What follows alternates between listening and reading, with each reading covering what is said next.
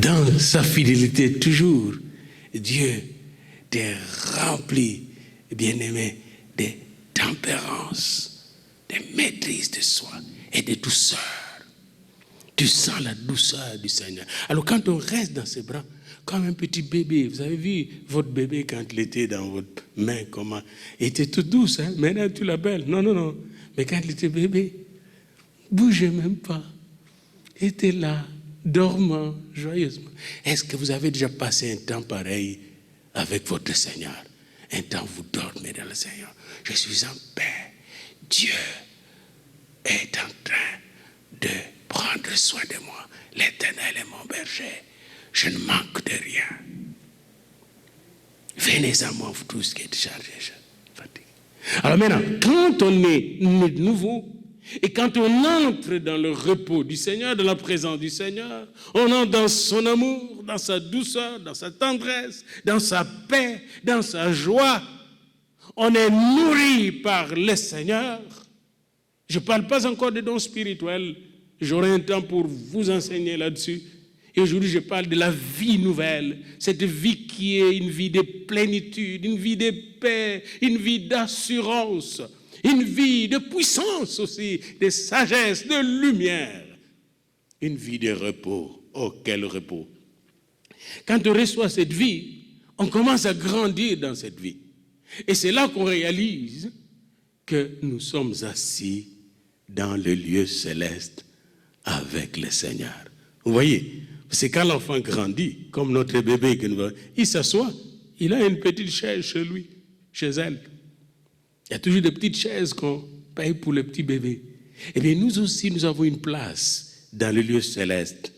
On s'assoit, et c'est ça, être sauvé, bien-aimé, c'est réaliser justement que je n'ai rien fait pour mériter ce que j'ai.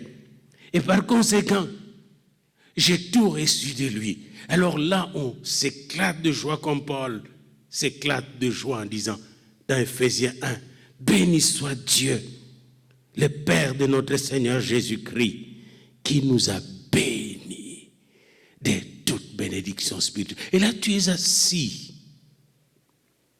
Tu n'es pas en train de chanceler, de bouger. Tu es assis avec Jésus et tu goûtes aux bénédictions de Jésus. Assis dans le lieu céleste. La position assis, c'est une position d'assurance. Dans cette position d'assis, tout le poids est sur la chaise. Amen. Quand on est debout, et vous voyez souvent les gens qui ont des difficultés de marcher, les corps deviennent tellement pesants qu'ils ne peuvent pas bien marcher. Mais s'ils s'assoient, tout le poids est sur la chaise. Et Dieu veut que tout ton poids soit sur son siège royal. Amen. Alléluia. C'est pourquoi il ne veut pas que ses enfants commencent par marcher, mais par s'asseoir dans sa présence. Et là, ils s'assoient et reçoivent. Ils reçoivent quoi? Ils reçoivent la vie de plénitude. Ils reçoivent l'esprit de plénitude. Ils reçoivent l'amour de Dieu. Comme quand un enfant s'assoit, il reçoit de sa mère la nourriture, l'amour, la joie. Même quand il pleure, la maman s'approche. C'est la même chose pour nous. Dans vos prières, quand vous commencez à pleurer, Seigneur, je suis ceci, Seigneur, j'ai tel problème. Le Seigneur vient, ma fille, mon fils, mon bébé. Et c'est ça le Seigneur bien. C'est aussi simple que ça. Vous êtes son bébé. Il prend soin de vous. Et il veut prendre soin de vous. Parce que si les parents charnels, qui sont si limités, peuvent tout investir leur vie. Dans ma tête, je ne pensais qu'à mes enfants. Je ne voulais même pas voyager quelque part sans mes enfants. Il faut le billet d'avion pour mes enfants. Imaginez-vous le Père, si moi qui suis si limité, je peux penser comme ça. Comment Dieu pense pour vous et moi. Lui qui vous a créé lui-même à son image et à sa ressemblance. Lui qui connaît votre prix, qui connaît le prix de votre âme, de votre corps et de votre esprit. Lui qui a un plan merveilleux pour vous. Imaginez-vous son plan pour vous, bien-aimés dans le Seigneur. Un disciple du Seigneur qui réalise qu'il était vraiment mort et que c'est Dieu qui est venu le prendre pour le sauver. Il réalise qu'il n'est plus n'importe qui, il n'est plus n'importe quoi. Par conséquent, il prend une nouvelle position. Et cette nouvelle position, c'est d'être assis dans le lieu céleste. Et quand il s'assoit là, la première chose qu'il voit, il voit le Père. Il voit Jésus. Il voit le Père. Et quand il regarde le Père, il voit l'amour du Père, la puissance du Père, les trésors illimités du Père. Savez-vous que notre Père est très riche? Riche en amour, oui, mais aussi riche en puissance. Ses richesses sont incommensurables. Qui peut compter les bienfaits et les richesses de Dieu? Personne. Savez-vous que toutes ces richesses vous appartiennent en Jésus-Christ? Alors il faut être assis dans sa présence pour réaliser ça. Si vous commencez à marcher, vous allez oublier les richesses qui vous accompagneront tout au long de votre vie. Devant le trône, vous commencez à recevoir la parole de Dieu. Vous commencez à apprendre à vivre selon la parole de Dieu. Et la parole va vous dire, vous n'êtes pas maudit ou maudite. Le monde vous a dit que vous êtes maudit. Non, vous n'êtes pas maudite ou maudit. Vous êtes béni ou bénie si vous êtes une femme. De toutes mes bénédictions spirituelles dans le lieu céleste. Vous n'êtes pas un échec, vous êtes ma réussite. Vous n'êtes pas un zéro pour moi, vous êtes mon héros, mon héroïne. Je ne vous ai appelé à la souffrance, je vous ai appelé à la joie. Vous êtes ma joie. Et la joie du Seigneur, c'est votre force. Vous êtes ma paix et je vous donne ma paix. Je ne vous la donne pas comme le monde la donne. Là, vous êtes assis. Je vous traite avec douceur et amour. Traitez-vous aussi avec douceur et amour entre vous. Je vous traite avec tendresse et bienveillance. Veillez aussi les uns pour le bien des autres. Et là, vous êtes dans sa présence. Et là, vous entrez en amour avec lui, dans sa présence. Et en amour avec lui, ça veut dire vous commencez à l'adorer. Et vous réalisez ce que Jésus a dit à la femme samaritaine. Quand elle était assise avec Jésus, Jésus était assis plutôt, elle était debout. Puis Jésus lui apprenait peut-être à s'asseoir.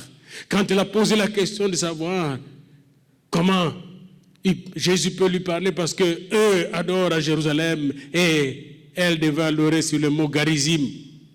Jésus lui a dit, mais l'heure vient et elle est déjà venue. Jean 4, 23, 24, où les vrais adorateurs adoreront le Père en esprit et en vérité, car ce sont là les adorateurs que le Père demande. Mais pour être un de ces adorateurs, il faut s'asseoir dans la présence du Seigneur. Dieu est esprit.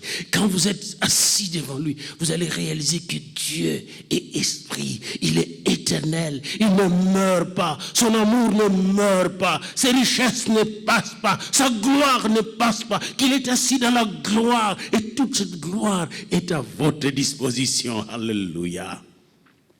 C'est là que les malades sentent que Dieu est guérison. C'est là que celui qui a bâti sent que Dieu est sa force, son rocher, son bouclier et son salut. Alors il se met à adorer, parce qu'il faut que ceux qui l'adorent adorent en esprit et en vérité. Et c'est quand tu es assis dans sa présence que tu te mets à adorer le Seigneur. Comme les 24 vieillards. Quand vous allez dans Apocalypse 4, les 24 vieillards ne sont pas debout. Ils sont assis dans les lieux célestes. Alléluia. Dieu veut voir votre esprit, votre âme assis dans les lieux célestes. Parce que quand tu es assis, tu reçois mieux que quand tu es debout et agité. Quand tu es assis, tu es plus disposé que quand tu es debout et agité. Quand tu es assis, tu es plus obéissant à la parole du Seigneur, plus attentif à sa parole, car mes brebis entendent ma voix. Mais comment entendent-elles ma voix quand elles sont assises dans ma présence, vous dit le Seigneur aujourd'hui. Bien-aimés, assis dans le lieu céleste, vous n'entendrez plus le diable qui vous rappelle toujours, vous êtes pécheur, vous êtes malade, vous allez mourir. Il y a beaucoup de voix dans le lieu terrestre. Il est dit assis dans le lieu céleste. Pourquoi? Dieu nous donne par l'ascenseur du Saint-Esprit, par notre foi, Dieu nous fait monter dans le lieu céleste pour qu'on n'entende plus les voix qui nous ont abîmés, les voix qui nous ont étouffés, les voix qui voulaient nous détruire, les voix de l'ennemi et de ses démons. Assis dans le lieu céleste, c'est une position de supériorité, une position d'autorité, une position de gloire et de victoire. Assis dans le lieu céleste avec Christ, nous recevons la parole de Dieu 100 sur 100. C'est là que nous recevons. Il dit, ma fille, mon fils, avant que tu ne sois formé dans le sein de ta mère, je te connaissais, je t'avais choisi. Voilà, j'étais établi pour devenir médecin, j'étais établi pour devenir premier ministre, j'étais établi pour devenir juge. C'est là, c'est pourquoi nous devons apprendre à nos enfants, même avant le repas, de s'asseoir dans la présence du Seigneur. C'est dans cette présence que Samuel a reçu la vision de Dieu. C'est dans cette présence que Joseph a reçu la vision de Dieu qui a fait de lui le premier grand économètre du monde. C'est dans cette présence que Daniel a reçu la vision de Dieu qui a fait de lui un grand. C'est dans cette présence que Jean-Baptiste est devenu le précurseur du Messie. Savez-vous que beaucoup d'enfants ignorent pourquoi ils sont venus dans le monde? Savez-vous que les diables volent nos enfants souvent? C'est notre devoir de le faire asseoir dans le lieu céleste. Amen. C'est notre devoir. Ce n'est pas le devoir de la maîtresse. Ce n'est pas le devoir de l'école qui est déjà perdu d'ailleurs. C'est notre devoir de prendre le temps, chaque jour, quelques minutes. Moi je dis, prenez pas plus que 5 minutes de prière avec vos enfants. Je vous demande 5 minutes. Venez t'asseoir. On va prier. Maman, on va prier pourquoi? Pour que tu sois dans la présence, dans l'amour, dans la paix de Dieu. Bien-aimé, assis dans le lieu céleste, Jean a vu le trône de Dieu. Je suis dans Apocalypse 4. Et là, il a entendu dans le lieu céleste les anges qui chantaient de myriades et de myriades. Saint, Saint, Saint est l'Éternel, le Dieu des armées. La terre est remplie de sa gloire. Assis dans le lieu céleste, Ésaïe, dans Ésaïe 6, a vu le trône de Dieu avec des séraphins. Louons le Seigneur. Assis dans le lieu céleste, Moïse a vu la gloire de Dieu au mont Sinaï et il a marché sous la nuée de Dieu parce que son esprit était assis dans le lieu céleste. Assis dans le lieu céleste, l'église de Jérusalem, alors qu'elle priait pour que Pierre qui était en prison soit libéré par le Seigneur, cette église a vu, n'est-ce pas, Pierre libéré par le Seigneur, assis dans le lieu céleste. Acte 16, Paul qui était en prison avec son ami Silas se sont mis à tonner de cantiques nouveaux, à chanter les cantiques du Seigneur. Ils étaient assis dans le lieu céleste. Et là, qu'est-ce qui est arrivé?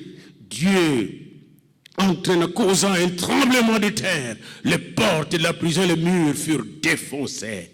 Et l'homme de Dieu est sorti de la prison vainqueur. Et en plus de cela, le geôlier de Philippe avec toute sa famille